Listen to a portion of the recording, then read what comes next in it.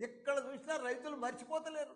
రైతుల గుండెలల్లా కేసీఆర్ కేసీఆర్ కేసీఆర్, యువకుల గుండెలల్లా కేటీఆర్ కేటీఆర్ కేటీఆర్. అంత పని చేసిండ్రు, అంత అభివృద్ధి చేసిండ్రు, అంత డెవలప్ చేసిండ్రు. ఇప్పుడు చూస్తే 22 నెలలు అయ్యింది, ఎక్కడ చూసినా ఘోరమే. యాడేసిన గొంగడి ఆడనే. ఎక్కడ ఒక రియల్ ఎస్టేట్ దానికి పోతే ఒక ప్లాట్ అమ్మతలేదు, ఒక అపార్ట్మెంట్ అమ్మతలేదు, ఒక గజం అమ్మతలేదు. రైతులైతే బిడ్డ పెళ్లి చేస్తే కూడా అప్పుడు పోతలేదు. అంత ఘోరం అయిపోయింది. అసలు కరోనా కంటే కూడా అధ్వానమే. కరోనా మంచిగుండే. కరోనా 2 ఏళ్ళు వచ్చినా ప్లాట్లు అమ్మినాయి, బిజినెస్ అయింది, వ్యాపారాలు నడిచినాయి, అన్ని బంద్ ఉన్నా నడిచినాయి, పైసలు ఆడినాయి. ఇప్పుడు అసలు పైసలే ఆడతలేవు, పైసలే కనిపిస్తలేవు.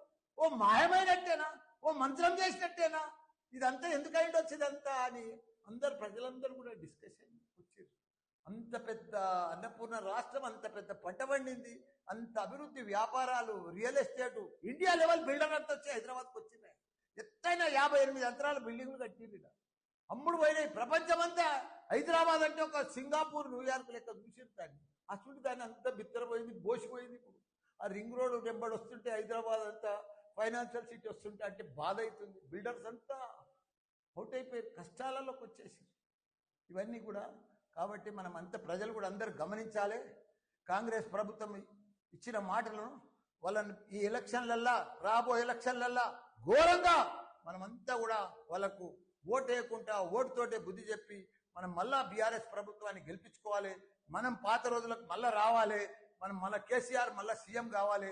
మనం అందరం కూడా ఒక యూనిట్ తోటి టీం వర్క్ కూడా జూబ్లీహిల్స్ లో కూడా వాళ్ళు ఎంత చేసినా, ఎంత ఖర్చు పెట్టినా గ్యారంటీగా బీఆర్ఎస్ పార్టీ గెలుస్తారు. తప్పకుండా మేమంతా కూడా ప్రతి వాళ్ళ తిరిగి ప్రతి ఒక్కరికి కూడా ప్రజలకు అర్థమైపోయింది.